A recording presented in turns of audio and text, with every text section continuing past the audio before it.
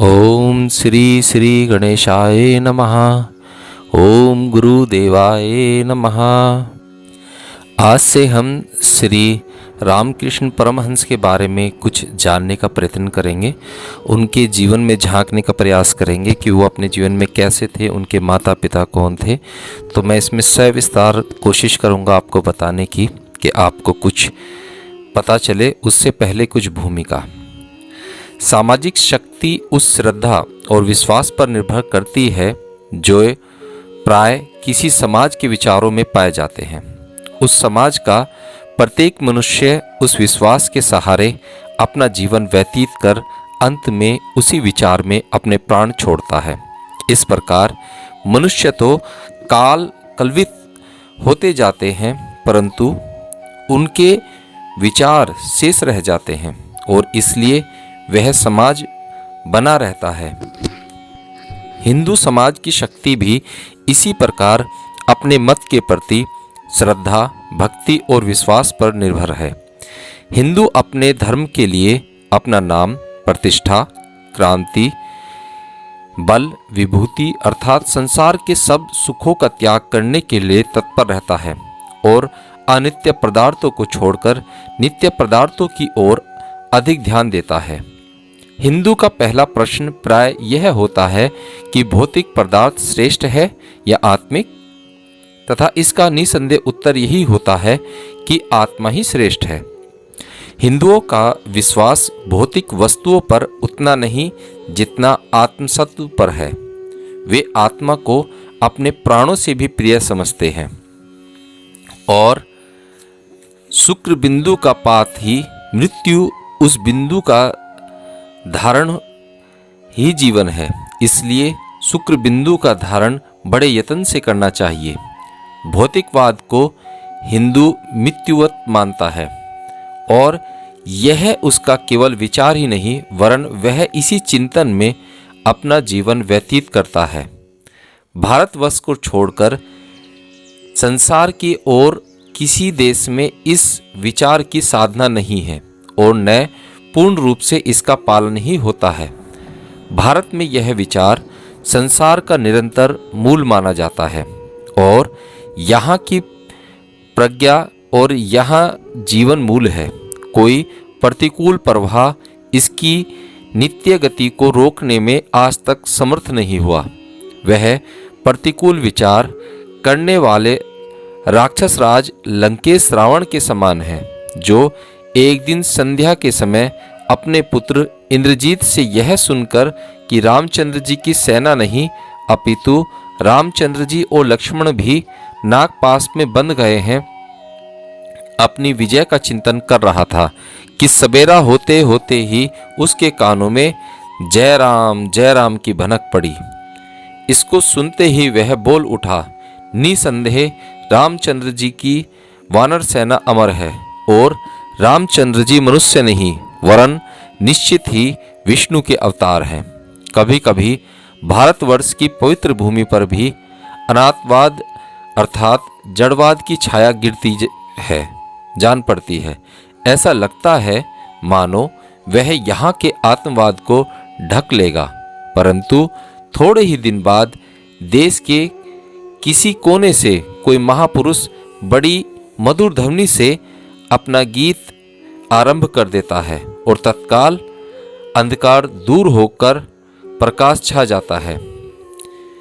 बंगाल के एक छोटे अज्ञात ग्राम में एक बालक पैदा हुआ जिसने अपने बुढ़ापे में भी अधिक पढ़ना लिखना नहीं जाना, परंतु आज उनका नाम हमारे भूमंडल के आधे निवासी जिनके यहाँ भौतिकवाद प्रचलित है गाते हैं। उनका जीवन चरित्र प्रोफेसर मैक्समुलर ने लिखा है तथा अपने लेख में उन्होंने उनकी 19वीं शताब्दी के सच्चे महात्मा कहकर प्रशंसा की है। ऐसे समय में जब कलयुग के प्रबल प्रभाव के कारण हर चीज का रूप कुछ विकृत सा दिखाई देता है, श्री रामकृष्ण देव ने मधुर और गंभीर ध्वनि में संसार के समक्ष घोषणा की कि परमेश्वर पर किसी एक संप्रदाय का अधिकार नहीं वरन वह सब संप्रदायों का समान आधार है और हिंदू, बौद्ध, ईसाई और मुसलमान सभी संप्रदायों के लोग एक ही जगन माता के पुत्र हैं, जो सबको काम करने की प्रेरणा देती है। जिसने मत और संप्रदाय हैं, वे सब परमेश्वर को पाने के ही मार्ग हैं तथा आध्यात्मिक उन्नति और लक्ष्मी का प्रकाश संप्रदायों के नाश से नहीं वरन उनमें संभाव उत्पन्न करने से होता है। आत्मिक उन्नति तर्क वितर्क से नहीं होती वरन परमेश्वर पर पूर्ण विश्वास लाने से होती है, भाव से होती है। जहाँ तर्क वितर्क समाप्त होते हैं, वहीं से धर्म का आरंभ है। धर्म स्वार्थपरता में नहीं है, पर उस परमात्मा को अपना अत्यंत प्रिय समझकर उसके पास पहुँचने के अभिप्राय से उत्साह के साथ बालक के समान सच्चे और सरल भाव से यत्न करने में अवश्य है। रामकृष्ण ने इस सत्य का केवल उद्घोष ही नहीं किया वरन अपने जीवन में इसकी सत्यता को भी दिखा दिया। यही हिंदू धर्म का यथार्थ सार है और कुछ नहीं। चाहे जिन युक्ति तर्कों से मनुष्य इस बात की जांच करे, अंत में उसके हृदय में यह धारणा हो जाएगी कि श्री रामकृष्ण की वाणी असाधारण और सर्वलोकप्रिय है। उनके शुद्ध हृदय में विश्व प्रेम भरा हुआ है। उन्होंने वह नवीन प्रकाश संसार में फैलाया है जो आगामी कई शताब्दियों तक अचल रहेगा। उनका नाम मनुष्य मात्र के अधरों पर रहेगा, वे अजय रहेंगे।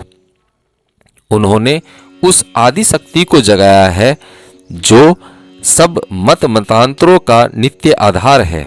उन्होंने किसी मत पर दोषारोपण नहीं किया वरन सभी मत मतांतरों के प्रति उन्होंने जैसा सम्मान व्यक्त किया वैसा आज तक किसी ने नहीं किया।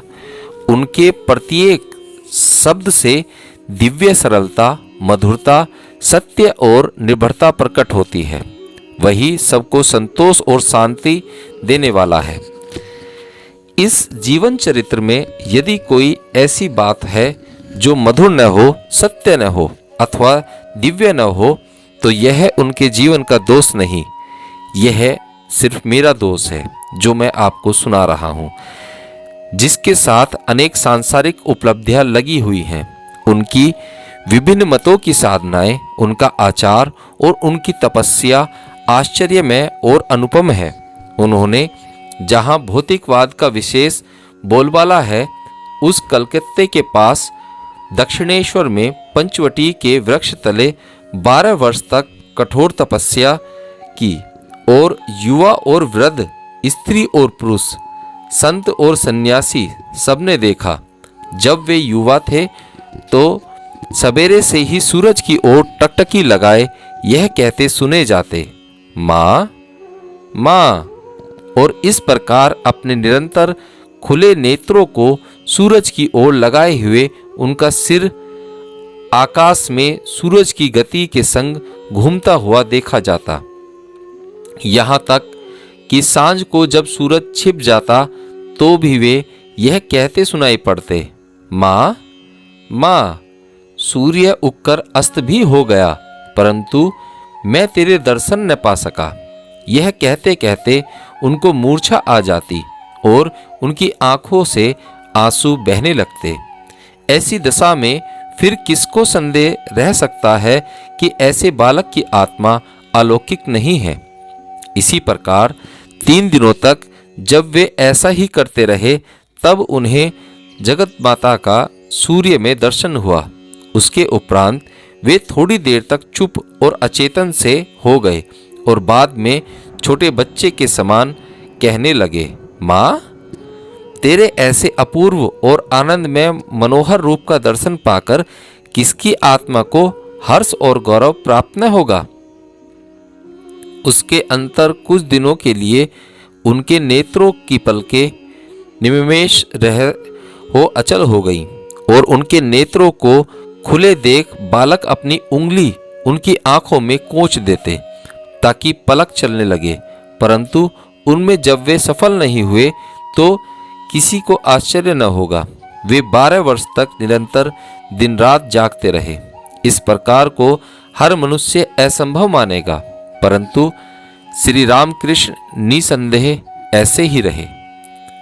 वे धातु, मुद्रा या स्त्री को नहीं छू पाते थे।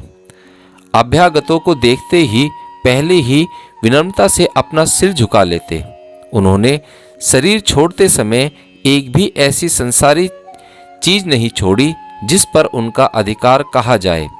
अपने जीवन में वे बड़े आदमी के रूप में नहीं जाने गए, सिवाय इसके कि उन्होंने काम, लोभ और अहंकार पर पूर्ण विजय पा ली थी। वे अत्यंत नर्म थे। भाव में कभी कभी वे मूर्छित हो जाते और कभी मातृप्राय से हो जाते। जब कभी श्री हरि और आनंदमयी माता का नाम लिया जाता तो तत्काल उनकी आंखों से प्रेम अश्रु की धारा बह चलती। श्री रामकृष्ण ने कभी अपनी शक्ति को साधना से लब्ध अपनी सिद्धियों को दिखाने की कोशिश नहीं की। उनका कथन था कि सिद्धियों की खोज परमेश्वर के मार्ग में बाधक है। एक दिन धूप में चलते चलते जब उन्होंने देखा कि उनके शरीर की छाया नहीं पड़ रही है तो वे बहुत डर गए और जगत माता से विनयपूर्वक प्रार्थना करने लगे, माँ, मेरे शरीर की छाया पड़ा करे। यद्यपि वे अपनी शक्ति को दिखाना नहीं चाहते थे, परंतु उनके साथी और इसने ही इस बात को जानने का बड़ा प्रयत्न करते थे कि श्री रामकृष्ण को काम और लोभ से वैराग्य हुआ है या नहीं।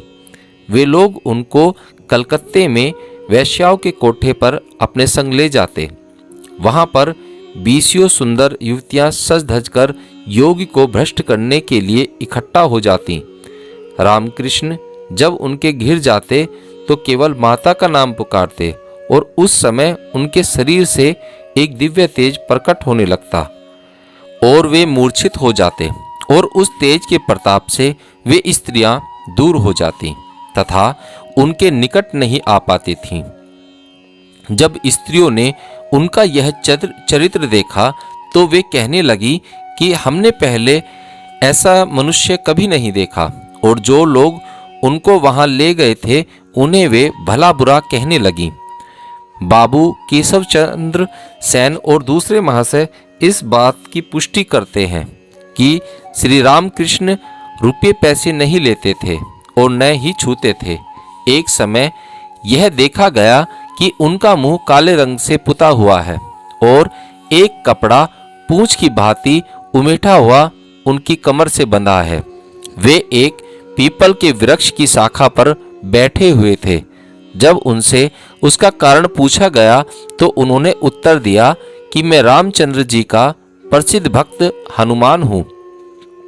इस बात को सुनकर सब लोगों ने आश्चर्य माना कि जब वे इस वृक्ष से उतरे तो लोगों ने देखा कि उनकी गदा के पास 1 इंच हड्डी पूंछ के स्थान पर निकल आई है। यह देखकर लोगों के आश्चर्य का ठिकाना न रहा। जब वे जगत माता के संबंध में वार्तालाप करते तो ऐसा कौन होगा जो बाबू केशव चंद्र सेन, विजय कृष्ण गोस्वामी, प्रताप चंद्र मजूमदार, शशधर तर्क चूड़ामणि, बकिम्बम चंद्र चटर्जी, कृष्णदास पाल आदि विद्वानों की मंडली को उनके सामने बैठे हुए और एकाग्र चित्त से उनको सुनते हुए देखकर आश्चर्यचकित न हो। ब्रह्म समाज के आचार्य बाबू केशव चंद्र सेन भले कभी कभी उनसे वादुनवाद तथा तर्क वितर्क किया करते, पर हमेशा सिर नवाकर और हाथ जोड़कर उनके सामने बैठते। श्री चैतन्य के चरित्र और उनके महाभाव के बारे में पढ़ा है और संतों के विषय में अनेक बातें सुनी हैं। हमने गीता में आत्मा संबंधी उच्च और प्रशस्त शिक्षा प्राप्त की है और हम बड़े बड़े महात्माओं और संतों का जीवन चरित्र पढ़ते रहे हैं। इन सब से हमें ज्ञात होता है कि मन के विकार रोके और दूर किए जा सकते हैं तथा एकमात्र सत्य ही जीवन में ग्रहणीय है। आज के इस भौतिकवाद के युग में हम श्री रामकृष्ण में इन सब बातों को प्रत्यक्ष रूप से देखते हैं। इनके दर्शन मात्र से मनुष्य को संतोष और शांति की प्राप्ति होती है और ऐसे मनुष्य का भी दुख दूर हो जाता है जिसका इकलौता पुत्र मर गया हो। धन्य है वे जिन्होंने उनके दर्शन किए और जो उनके कृपा पात्र बने। वह भूमि धन्य है जहाँ उन्होंने जन्म धारण किया और वह युग भी धन्य है जिसने उनको देखा। वे अत्यंत क्रियाशील थे। कभी कभी वे परमानंद में मग्न हो जाते, कभी कभी ध्यान में डूब जाते और कभी कभी अपने शरीर और आसपास की चीज़ों को बिल्कुल ही भूल जाते थे। वे कभी सिर में दुपट्टा बांधकर घूमते, कभी उन लोगों से वार्तालाप करते जो उनके पास आते थे और कभी बालकों के समान खेलते रहते थे। ये सब बातें उनके स्वभाव में बिंद गई थी।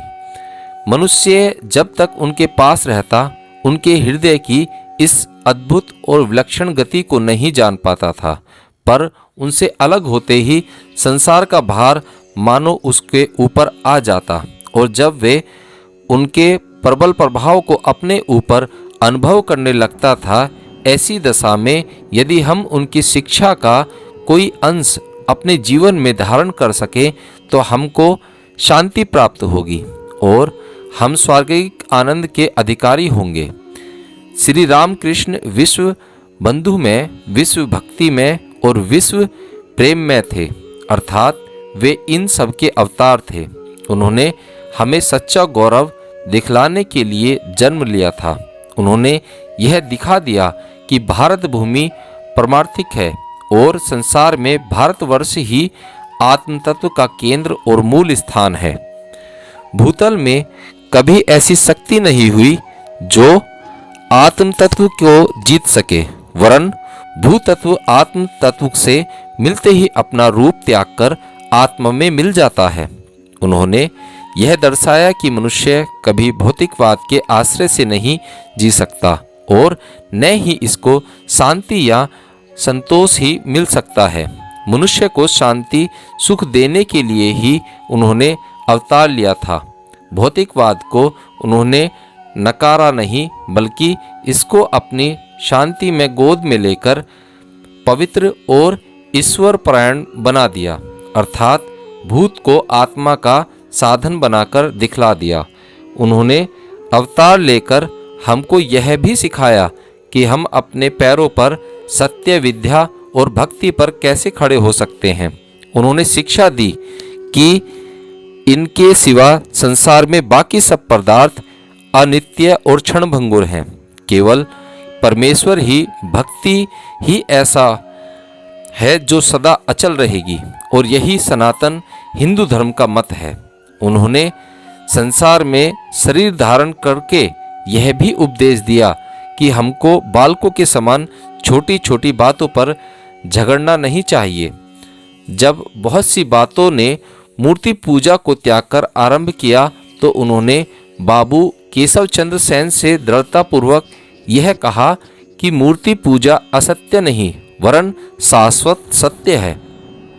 जहाँ संसार के सब लोग अपने ही मत को सत्य बतलाते हैं, वहाँ उनका कथन है कि संसार में जितने मत हैं वे सभी उस जगन माता के पास जाने के ही अलग अलग मार्ग हैं। हिंदू समाज को उन्होंने शिक्षा दी कि ऋषि महात्मागण जो धर्म मार्ग बता गए हैं वह सबसे श्रेष्ठ है।